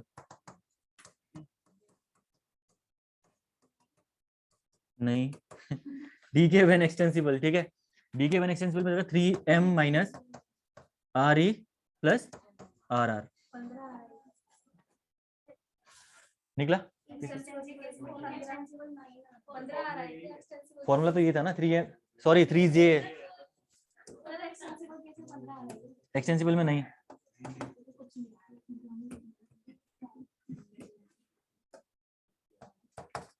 कितना आया बोला 15 नहीं, सारे आंसर बता दिए, अभी तक एक आंसर वो नहीं पहुंचे हो तुम लोग, 13 रह गया होगा, 13 भी गलत है फिर भी 14 है, हाँ गुड, ये सही है, लेकिन इतना टाइम एग्जाम में नहीं मिलेगा ना। 12 आंसर आ रहा है इनएक्सटेंसिबल के केस में, और एक्सटेंसिबल के केस में निकालो जरा आप, ठीक है, पहले देखो इनएक्सटेंसिबल के केस में निकालते हैं, ठीक है। 3j माइनस आर ई, ज्वाइंट कितने हैं क्या जरा काउंट करना, 1 2 3 4 5 6 7 8 नंबर ऑफ जॉइंट्स यहाँ पे अवेलेबल है आपके पास, ठीक है। तो यहाँ पे देखिए 3 इंटू 8 माइनस रिएक्शन, अब देखिए 3 2 5 2 7, वो सपोर्ट नहीं है, ठीक है। 3m minus R E 7 minus number of members 1 2 3 4 5 6 7 आपके नंबर ऑफ मेंबर्स भी हैं यहाँ पे, ठीक है, 7 नंबर ऑफ मेंबर्स हैं, प्लस रिएक्शन रिलीजेस। अब रिएक्शन रिलीजेस तो ऑलरेडी लिखी हुई है ना यहाँ पे, इनको प्लस कर देना, जो माइनस कर रखा है उनको प्लस कर दो यहाँ पे आप सीधे, तो एक रिएक्शन रिलीज यहाँ पे हो रखी है, एक रिएक्शन यहाँ पे रिलीज हो रखी है, और इनको तो आपको मतलब है नहीं इनसे, ठीक है। तो 2 रिएक्शंस आपकी यहाँ पे रिलीज हो रखी है, तो 2 रिएक्शंस आपकी रिलीज हो रखी है, किसका एक्सटेंसिबल, आपका एक्सटेंसिबल 19, हाँ सही है, एक्सटेंसिबल 19 है, ठीक है। तो ये हो जाएगा आपका 2, कितना आया आंसर, आते हैं 24 7 14 प्लस 2 12 12 आंसर आ रहा है, ठीक है। अब यहाँ पे गलती कहाँ पे हो सकती है, रिएक्शन रिलीजेस में आप लोग ये वाली भी लगा दो, ये कैंटिलीवर, तभी मैं बोल रहा ना पहले आर इसको मत काउंट करना, इसको आर नहीं, ये आपकी अननेसेसरी रिएक्शंस है, ठीक है। तो -1 ये दोनों अगर जोड़ लोगे आप तो आंसर 14 आ रहा होगा उस केस में आपका, ठीक है। तो रिएक्शन रिलीजेस यहाँ पे सिर्फ 2 हैं, ये दोनों रिएक्शन रिलीज हो रखी हैं। ये तो आपका कैंटिलीवर बनाने के लिए आपने पहले जो फिक्स माना था उसको घटाया रिएक्शन आपने, ठीक है। तो ये कॉन्सेप्ट थोड़ा सा ध्यान रखना है। तो टोटल इसका हो गया आपका 12। किसी को दिक्कत?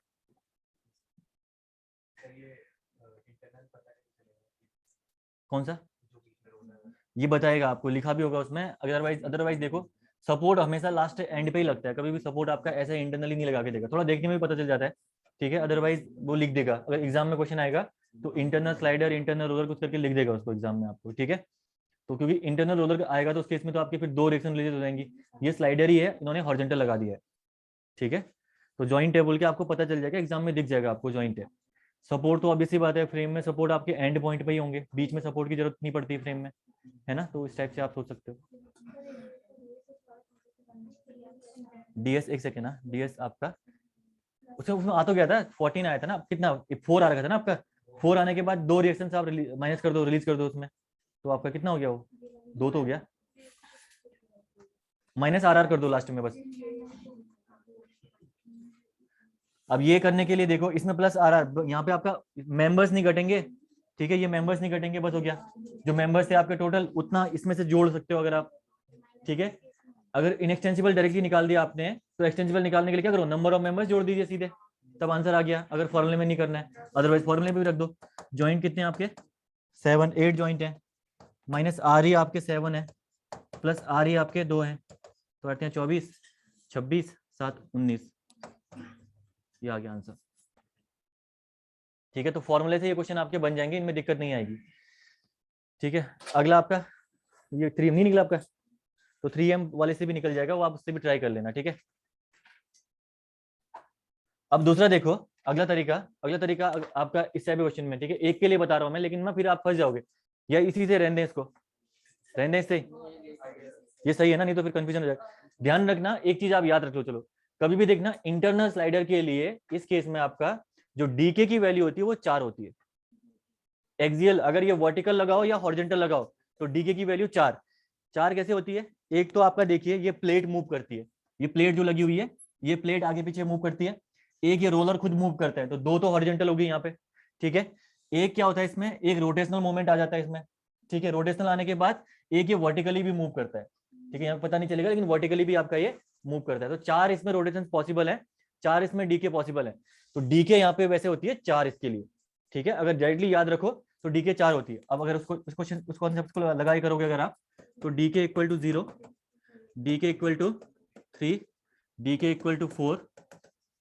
मेंबर कितने कनेक्टेड है मतलब नहीं है, ठीक है। यहाँ पे डीके 4 होती है इंटरनल स्लाइडर के केस में, डीके इक्वल टू 3, यहाँ पे डीके इक्वल टू 4, यहाँ पे डीके इक्वल टू 3, यहाँ पे डीके इक्वल टू,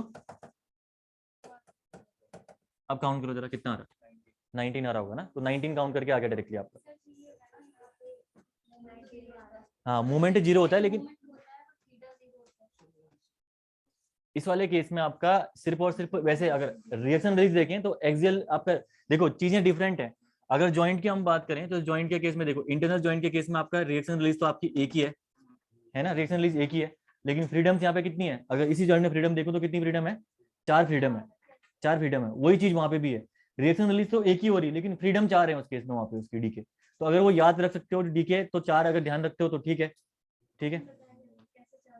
4 आपकी 2 हॉरिजॉन्टल पॉसिबल है, एक वर्टिकल पॉसिबल है, delta X delta Y. Delta X 2 है यहाँ पे, क्यों, क्योंकि ये प्लेट आपकी ये मूव करती है, ये वाली प्लेट है, ये जो टॉप में लगी हुई है, ये प्लेट भी आगे पीछे होती है। इसके साथ साथ आपका ये रोलर भी आपके मूव करते हैं, ठीक है।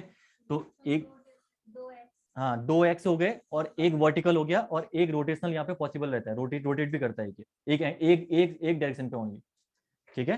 तो आपका या तो फॉरवर्ड रोटेशन पॉसिबल होगा, या आपका वर्टिकल रोटेशन पॉसिबल होगा उस केस में, ठीक है। लेकिन रिएक्शन रिलीज की अगर हम बात करें तो रिएक्शन रिलीज आपकी सिर्फ मतलब जो पॉसिबल है वो एक ही है, जो कि आपकी क्या है, एक्सियल फोर्स इक्वल टू 0, ठीक है। तो डी के इक्वल टू, अगर आप इसमें ध्यान रखते हो 4 रखना पड़ेगा इसमें आपको, ध्यान बगल में नोट करके लिख लेना, ठीक है। कि इंटरनल, इसमें लिखना,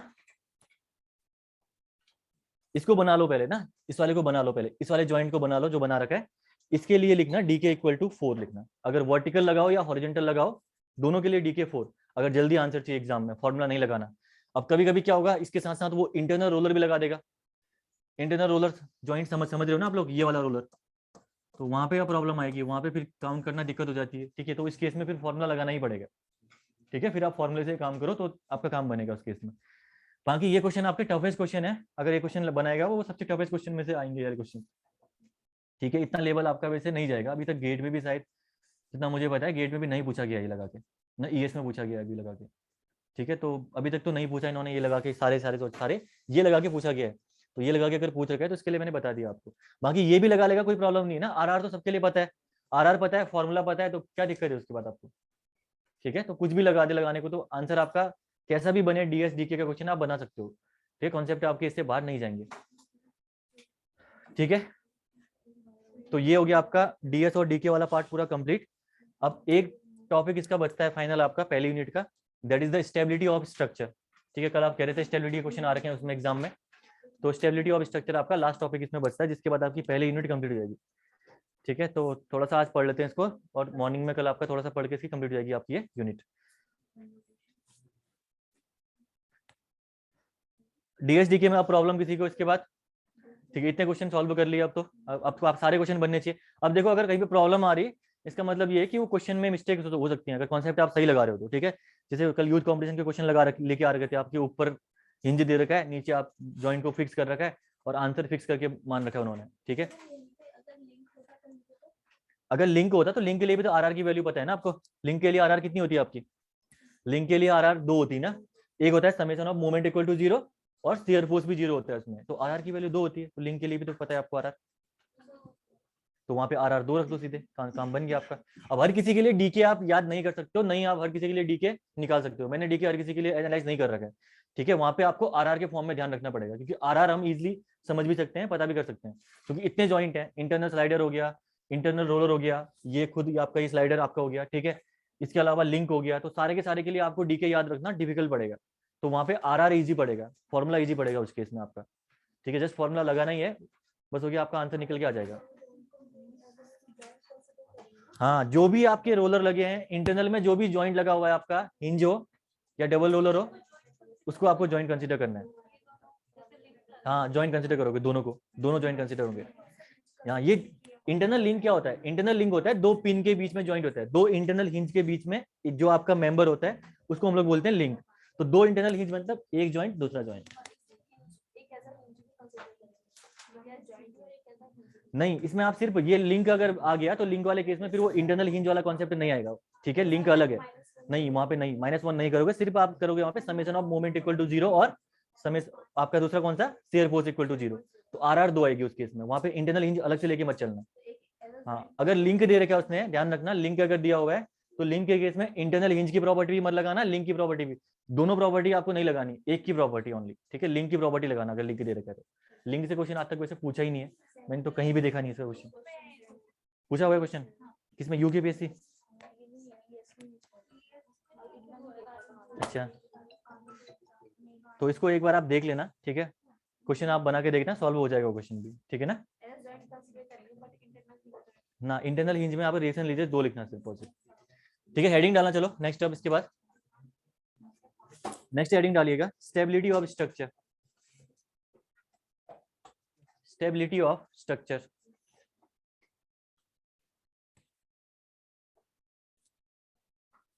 ठीक है, स्टेबिलिटी ऑफ स्ट्रक्चर आपकी नेक्स्ट यूनिट है, यूनिट नहीं, इसी का ही पार्ट है, इस यूनिट का लास्ट टॉपिक है। ठीक है, स्टेबिलिटी ऑफ स्ट्रक्चर।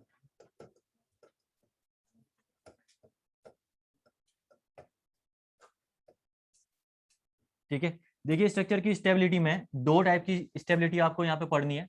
एक तो स्टेबिलिटी होती है आपकी कौन सी, एक्सटर्नल स्टेबिलिटी। ठीक है, स्टेबिलिटी 2 टाइप की होती है। पहली स्टेबिलिटी आपकी एक्सटर्नल स्टेबिलिटी,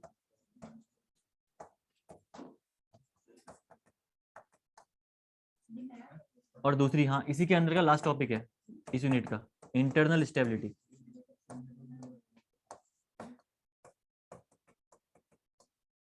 इंटरनल स्टेबिलिटी, ठीक है, तो अगर स्ट्रक्चर की स्टेबिलिटी की बात करोगे, कि अब पूछा होगा क्वेश्चन, अगर आप प्रीवियस ईयर देखोगे कि determinate and stable, determinate and unstable, ठीक है, इस टाइप के क्वेश्चन आपकी इस यूनिट से पूछे गए हैं सारे के सारे, ठीक है। तो अगर स्टेबिलिटी की बात करोगे तो स्ट्रक्चर में दो टाइप की स्टेबिलिटी पॉसिबल है। एक तो आपकी एक्सटर्नल स्टेबिलिटी है, दूसरी आपकी इंटरनल स्टेबिलिटी है। अगर मैं बात करूं एक्सटर्नल स्टेबिलिटी की, तो एक्सटर्नल स्टेबिलिटी आपकी डील करती है with the external support reactions only, ठीक है। अगर एक्सटर्नल सपोर्ट रिएक्शंस की वजह से अगर किसी स्ट्रक्चर में स्टेबिलिटी खराब हो रखी है स्ट्रक्चर की, तो उसको बोलेंगे एक्सटर्नली अनस्टेबल स्ट्रक्चर, ठीक है। और इंटरनल स्टेबिलिटी की अगर हम बात करें तो ये करता है, ये आपका डील करता है stability with in the structure, ठीक है। स्ट्रक्चर के इनसाइड अगर आपकी स्टेबिलिटी अगर स्ट्रक्चर की खराब हो रही है, जैसे क्या इनसाइड क्या हो सकता है, जैसे आपने कोई इंटरनल हिंज लगा दिया, ठीक है, इंटरनल हिंज लगा दिया, तो उससे स्ट्रक्चर की अगर अनस्टेबिलिटी हो रखी है तो उसको हम लोग बोलेंगे इंटरनली अनस्टेबल स्ट्रक्चर, ठीक है। तो यहाँ पे आप लिख दीजिए इसमें एक्सटर्नल स्टेबिलिटी में deals with the external support reactions only, external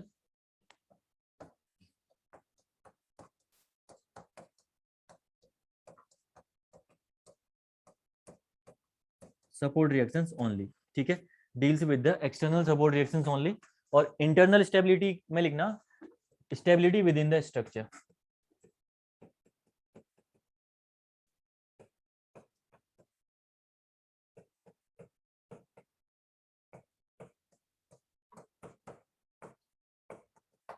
stability with in the structure, ठीक है। ये होता है आपका एक्सटर्नल और इंटरनल इंडिटर्मिनेसी के बारे में, ठीक है। अब इसके बाद हेडिंग आप पर्टिकुलरली डालिएगा ये करने के बाद, एक्सटर्नल स्टेबिलिटी,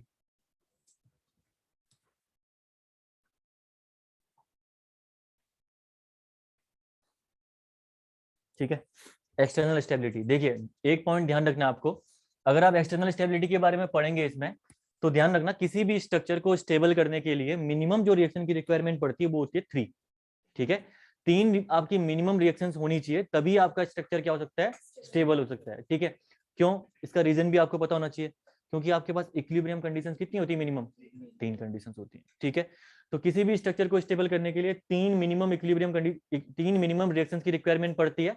और ध्यान रखना कोई भी स्ट्रक्चर आपका दो वे में एक्सटर्नली आपका अनस्टेबल हो सकता है, एक तो अगर रिएक्शंस आपकी कॉन्करेंट है, और दूसरा अगर रिएक्शंस आपकी पैरेलल है।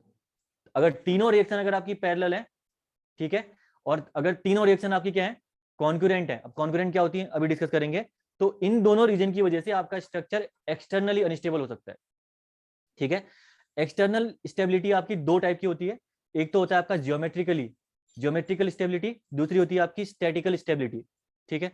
अगर मैं बात करूं ज्योमेट्रिकल स्टेबिलिटी की, तो ज्योमेट्रिकल मतलब जो रिएक्शंस हैं, 3 रिएक्शन बोली मैंने आपको, अगर ये तीनों रिएक्शन का अरेंजमेंट प्रॉपर नहीं है, ठीक है, इम्प्रॉपर अरेंजमेंट है, आपने तीनों को पैरेलल लगा दिया, ठीक है, या कॉन्करेंट आपने प्लेस कर दी तीनों तीनों रिएक्शन, तो उस केस में जो अनस्टेबिलिटी बन के आती है वो आती है ज्योमेट्रिकल अनस्टेबिलिटी, ठीक है। दूसरी होती है आपकी स्टैटिकल अनस्टेबिलिटी। अगर स्टैटिकल अनस्टेबिलिटी की मैं बात करूं तो उसमें क्या होगा, जो रिएक्शंस होंगी आपकी वो होंगी लेस देन 3, ठीक है। अगर रिएक्शंस आपकी लेस देन 3 है और स्ट्रक्चर आपका अनस्टेबल है, तो उस केस में आपका वो होगा स्टैटिकली अनस्टेबल। क्यों, क्योंकि आपकी equation of statics summation of x equal to 0, summation of y equal to 0 और summation of moment equal to 0, इनकी वजह से आपका स्ट्रक्चर क्या हो रखा है, अनस्टेबल हो रखा है, ठीक है। इसीलिए स्ट्रक्चर आपका क्या है, स्टैटिकली अनस्टेबल स्ट्रक्चर, ठीक है। तो थोड़ा सा बेसिक मैंने बताया, अब एक एक करके इन पॉइंट को समझते हैं, लिखते हैं, पहले एक पॉइंट लिखिए, उसके बाद इनका एक्सप्लेनेशन भी समझते हैं, ठीक है। पहला पॉइंट लिखिए इसमें,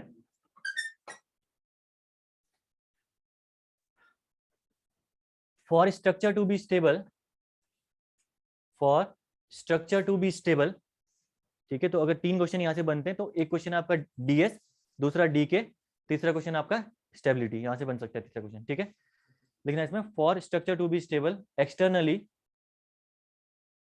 externally minimum number of reactions required, minimum number of reactions required equal to 3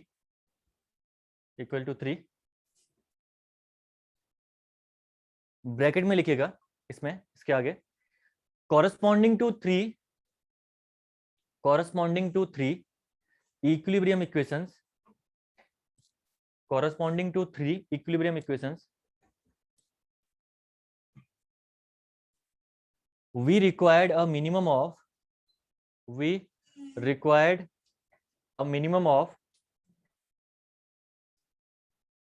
3 reactions,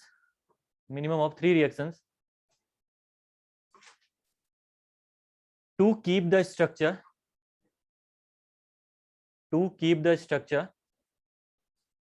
in stable condition.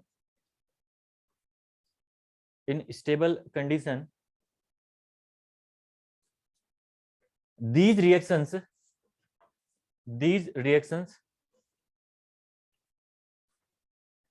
must be non-concurrent. These reactions must be non-concurrent. CONCURRENT. Non-concurrent. Non-concurrent नहीं non-concurrent. CONCURRENT. Non-concurrent and non-parallel. Underline करना इन दोनों point को, अभी समझेंगे concurrent non parallel क्या होता है, ठीक है, दोनों चीजों को समझेंगे, ठीक है। नॉन पैरेलल दोनों को आप लोग अंडरलाइन करना। देखना कभी भी स्टेबिलिटी के बारे में अगर क्वेश्चन एग्जाम में पूछता है तो मैक्सिमम क्वेश्चन वो इन दोनों पॉइंट से ही पूछता है, या तो रिएक्शंस आपकी पैरेलल होंगी तीनों, या रिएक्शंस आपकी क्या होंगी, कॉन्करेंट होंगी। तो आपको ये दोनों पॉइंट देखने सबसे पहले कि ये दोनों तो सेटिस्फाई नहीं हो रहे हैं। अगर ये दोनों सेटिस्फाई नहीं हो रहे हैं तो स्ट्रक्चर आपका ऑलमोस्ट आपका क्या होता है, स्टेबल ही होता है, ठीक है। आप उसके बाद डीएस निकालिए उसमें और उसकी डिटर्मिनेसी चेक करिए। अगर डिटर्मिनेसी नेगेटिव में आ गई तब भी अनस्टेबल है स्ट्रक्चर, अगर डिटर्मिनेसी आपकी 0 आ गई तो स्टेबल है, अगर पॉजिटिव आ गई तब भी स्ट्रक्चर आपका स्टेबल है और इनडिटर्मिनेट स्ट्रक्चर बन जाएगा आपको, ठीक है। तो ये चीजें आपको ध्यान रखनी है इस चीज में। अगला पॉइंट लिखिए इसमें एक बार और, एक पॉइंट लिखना और, if the three reactions are parallel,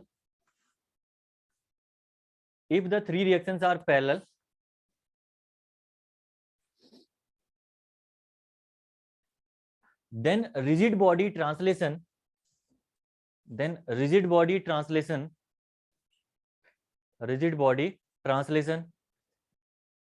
ठीक है। इसको आप अंडरलाइन करना रिजिड बॉडी ट्रांसलेशन को, क्योंकि एग्जाम में स्टेटमेंट वाइज ईएस में पूछा है इन्होंने।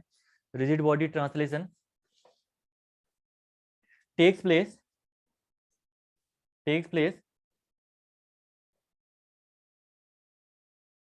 if three reactions are concurrent,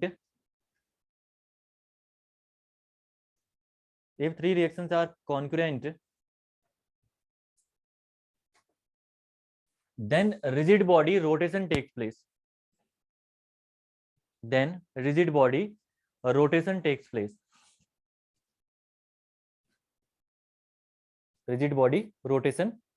takes place, ठीक है। अब जरा देखिए इसका एग्जांपल, सबसे पहला पैरेलल वाले का कॉन्सेप्ट समझते हैं, ठीक है।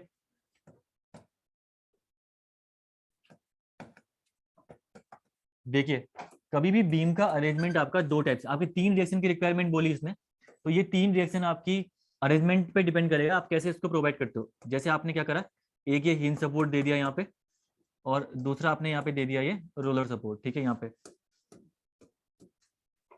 ये रोलर सपोर्ट आपने यहाँ पे इसको प्रोवाइड कर दिया, ठीक है। अगर आप रिएक्शंस की देखोगे यहाँ पे, अगर रिएक्शन काउंट करोगे तो ऑब्वियसली बात है रिएक्शंस यहाँ पे, एक रिएक्शन ये है, ठीक है, एक रिएक्शन यहाँ पे आपकी ये हो जाएगी, ठीक है, और एक रिएक्शन आपकी ये वाली हो जाएगी। तो 3 रिएक्शंस यहाँ पे भी लग रही है आपकी, ठीक है, मिनिमम 3 रिएक्शंस हैं। और अगर इसकी आप डिटर्मिनेसी निकालोगे तो 0 निकल के आएगी। स्ट्रक्चर आपका क्या है, डिटर्मिनेट एंड स्टेबल स्ट्रक्चर है, ठीक है। ये तो आपका स्ट्रक्चर क्या है, स्टेबल स्ट्रक्चर है। अगर वर्टिकल लोड आएगा तो वर्टिकल लोड में आपके जो ये वर्टिकल रिएक्शंस हैं ये सपोर्ट प्रोवाइड करेंगे। अगर आपका हॉरिजॉन्टल लोड आएगा तो हॉरिजॉन्टल लोड में जो ये रिएक्शंस यहाँ पे ये रिएक्शन यहाँ पे आ रही है, ये रिएक्शन इसको स्टेबिलिटी प्रोवाइड करेगी, ठीक है। लेकिन क्या हो अगर मैं यहाँ पे 3 रिएक्शन में एक हिंज की जगह में 3 के 3 रोलर प्रोवाइड कर दूं, ठीक है। अगर मैंने क्या करा, 3 रोलर प्रोवाइड कर दिए, जैसे एक रोलर मैंने यहाँ पे लगा दिया, दूसरा रोलर मैं यहाँ पे लगा देता हूँ, ठीक है, और एक रोलर मैं आपका यहाँ पे लगा दे रहा हूँ।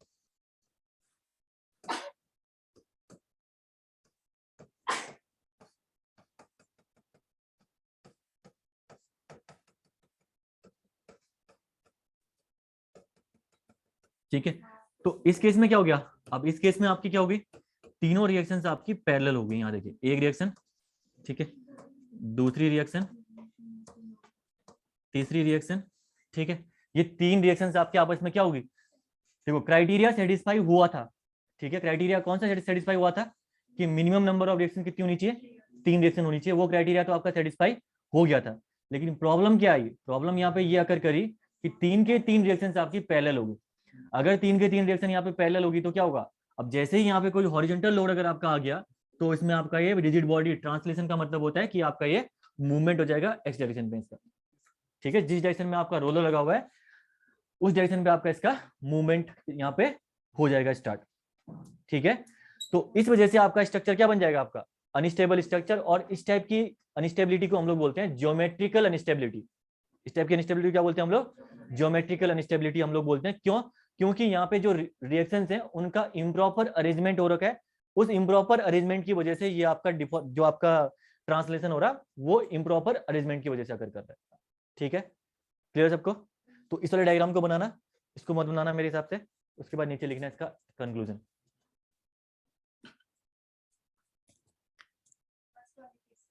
हाँ, ये पहला केस है जिसमें आपने नॉन पैरेलल लिखा था कि तीनों रिएक्शन आपकी नॉन पैरेलल।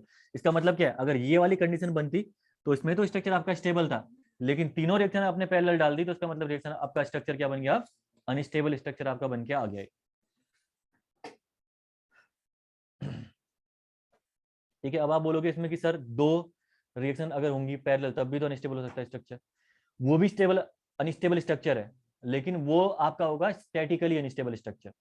ये ज्योमेट्रिकली अनस्टेबल है। ज्योमेट्रिकल मतलब मैंने बोलता कि हाँ हाँ, लेकिन इम्प्रॉपर अरेंजमेंट है इनका। ठीक है, अगर रिएक्शन लेस देन 3 है, इक्विलिब्रियम कंडीशन से लेस आपकी कम रिएक्शन है, तो उस केस में जो आपकी अनस्टेबिलिटी अकर करेगी उसको हम लोग बोलेंगे स्टैटिकल अनस्टेबिलिटी। ठीक है, इसको भी मैं करवा देता हूँ अभी नेक्स्ट।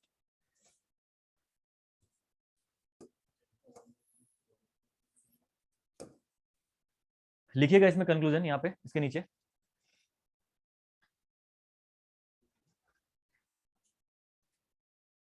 तीन रोलर लगा दीजिए इसमें। केस 1 आपको नहीं करना, केस 2 ओनली।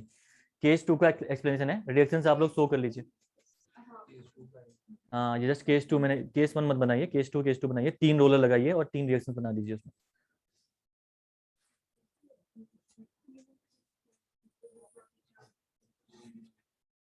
जो नॉन पैरेलल वाला है उसका। ठीक है, ये एक्सप्लेनेशन कॉन्करेंट का अभी नहीं करा रखा। इसमें लिखिएगा if 3 reactions are if 3 reactions are present, if 3 reactions are present, if 3 reactions are present and structure becomes unstable, and structure becomes unstable, structure becomes unstable because of their improper arrangement, structure becomes unstable because of their improper arrangement,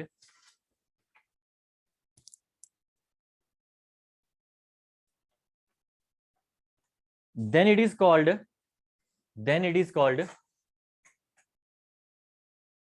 geometrically unstable structure. Underline करना है इसको। then it is called geometrically unstable structure.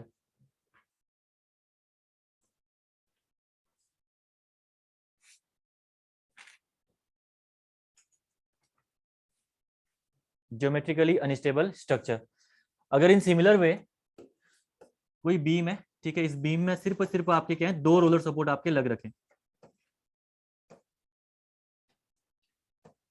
Beam में आपके सिर्फ और सिर्फ 2 roller support आपने यहाँ पे लगा रखे हैं।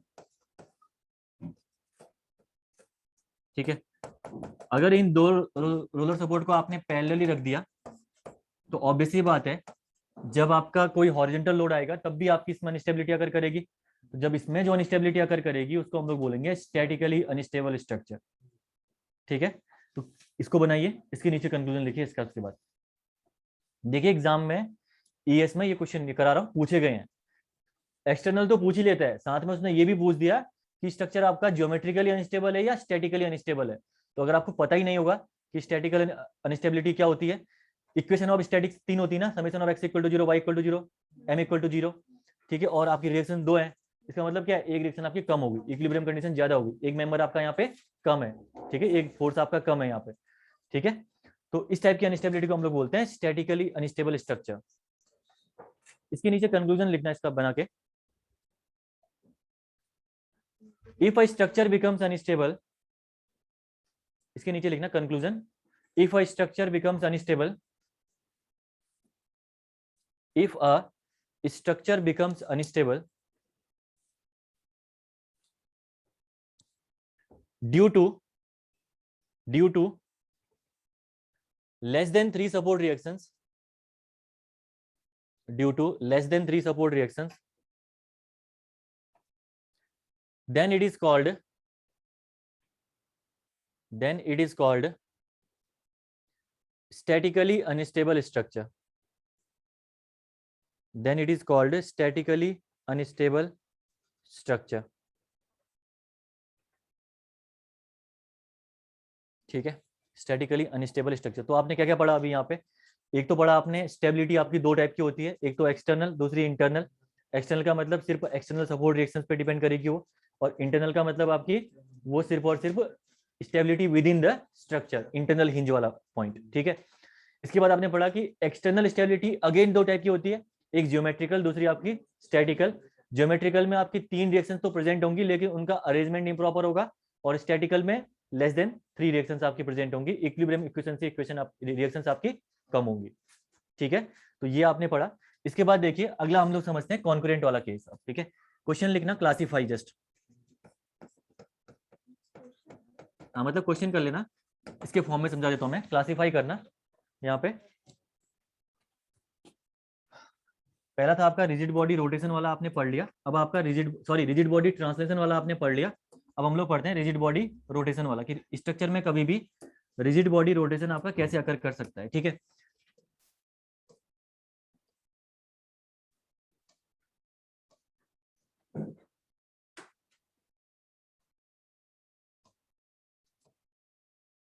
ठीक है, कोई ये 3 सपोर्ट कंडीशंस हैं आपके यहाँ पे, रोलर में लगा देता हूँ। यहाँ पे भी 3 रिएक्शंस यहाँ पे भी अवेलेबल है आपकी। ठीक है, रिएक्शंस आपकी तीनों अवेलेबल है यहाँ पे।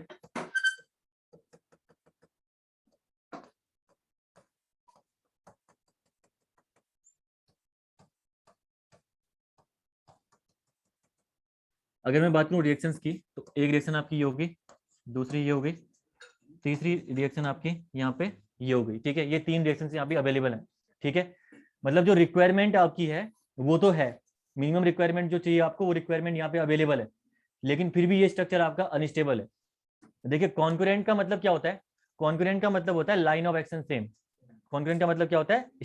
Same line of action of the reactions या लोड। ठीक है, अब यहाँ पे जरा देखो इधर पे, जब इसका लाइन ऑफ एक्शन ड्रॉ करेंगे तो देखना ये पॉइंट कोई डी पॉइंट है, इस पॉइंट के अबाउट अगर इन तीनों फोर्सेस का, इन तीनों रिएक्शंस का अगर आप लाइन ऑफ एक्शन चेक करेंगे तो देखना इसका लाइन ऑफ एक्शन यहाँ पे मीट कर रहा है, यहाँ पे मीट कर रहा है, इसका लाइन ऑफ एक्शन देखिए जरा, ये भी यहाँ पे मीट कर रहा है, और अगर इसका लाइन ऑफ एक्शन इसका चेक करेंगे तो ये भी आपका यहाँ पे मीट कर रहा।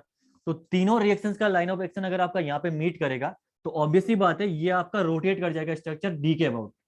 ठीक है, जहां पे लाइन ऑफ एक्शन मीट करेगा उसके अबाउट एक कपल प्रोड्यूस होगा, और ये कपल क्या करेगा, इसको क्या कर देगा, स्ट्रक्चर को रोटेट कर देगा। ठीक है, तो कभी भी स्ट्रक्चर में अगर कोई भी, अगर आपके स्ट्रक्चर में पैरेलल 3 अगर आपकी रिएक्शंस हैं तो इसका मतलब क्या है कि स्ट्रक्चर में, और हॉरिजॉन्टल नहीं होगी उस केस में, ठीक है, only parallel parallel, 3 parallel reactions हैं तो इसका मतलब वहां पे रिजिड बॉडी ट्रांसलेशन होगा।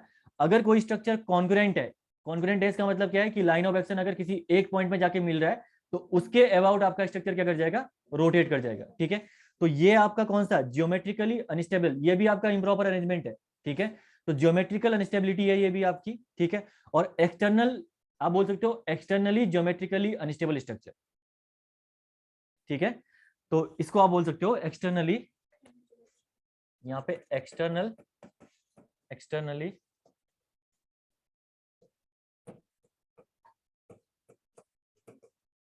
External geometrical unstable structure. Unstable structure because about the rigid body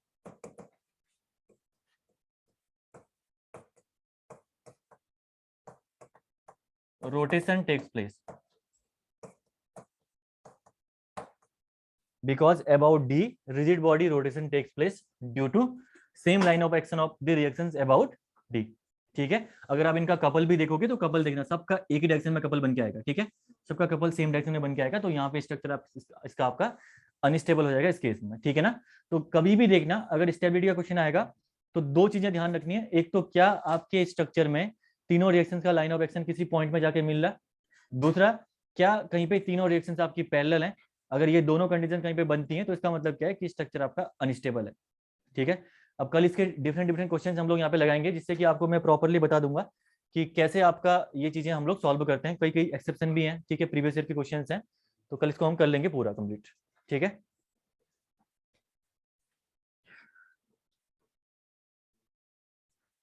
कोई दिक्कत किसी को यहाँ तक?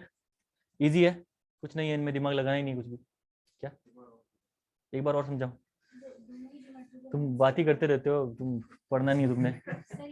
हाँ क्या? हाँ, ज्योमेट्रिकल आपका अनस्टेबिलिटी का मतलब है इम्प्रॉपर अरेंजमेंट।